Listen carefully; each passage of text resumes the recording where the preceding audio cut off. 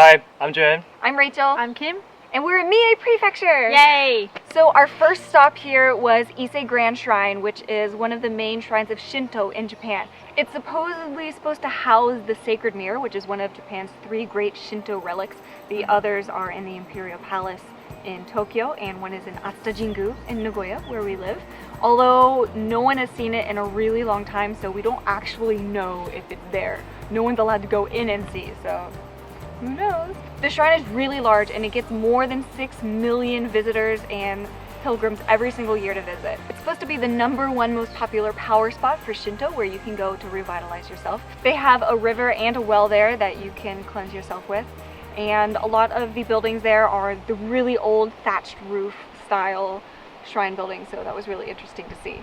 And right outside of the shrine was Okage Yokocho.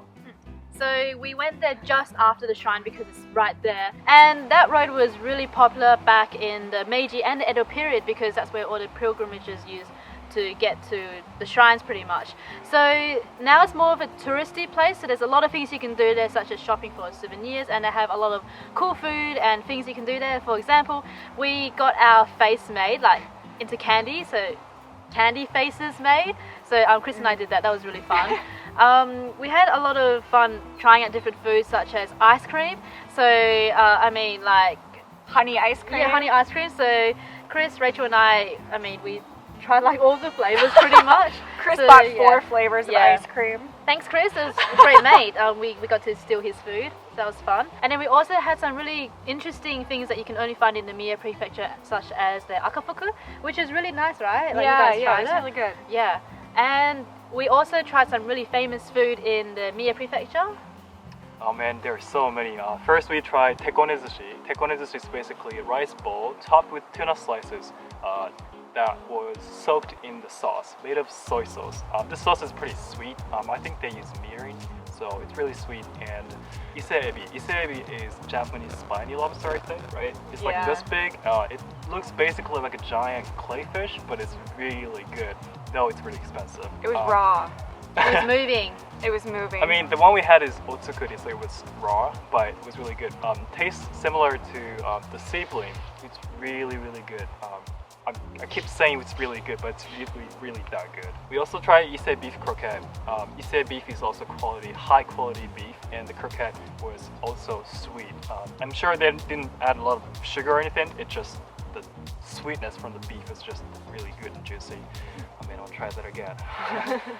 The one thing I hadn't tried, which was the Ise Udon. Yeah. But Kim tried it, right? Yeah, so I tried it. So unfortunately, we didn't have time to try it out when we were at Okage Yokocho, but I tried it when I went to Azuchi Momoyama Cultural Village, and it was delicious. It's very different to normal udon, so the noodles itself was a bit thicker, and it was like, how to say, it was more flat but thicker, and the sauce or soup was black. So that was really delicious, and I had it with an egg, and you mix it up, and oh my god, it was probably the best udon I've ever had. So you have to try it out, and it's not that expensive. It was like $6 or $7 or so. Wow, that sounds amazing. Yeah, so definitely have to try that out. And I went to the village. It was super duper fun. There were so many things to do. So the village was really fun. Pretty much you can explore Japan's history, and you can explore by dressing up as like ninjas, samurais in kimonos. It was really cool. They have ninja shows. They had plays. They had games. So I tried this ninja star throwing game. I sucked, but it was fun. We can shoot bows and arrows. And then I also tried fukia, which is like you put a pin inside this tube and you blow it and then it hits a target. I was really bad at that as well. I didn't hit any targets, but it was fun. It was a good experience. And then also you can dress up. So I dressed up in a kimono, and that was really fun. The staff was super nice and drove us all the way to this castle, which is also part of the village. And inside was absolutely beautiful, and they also had a really nice view of the whole Mie Prefecture. Wow. So that was amazing. And so we also watched a ninja show, and it was pretty much a ninja fight. So that was really cool to see.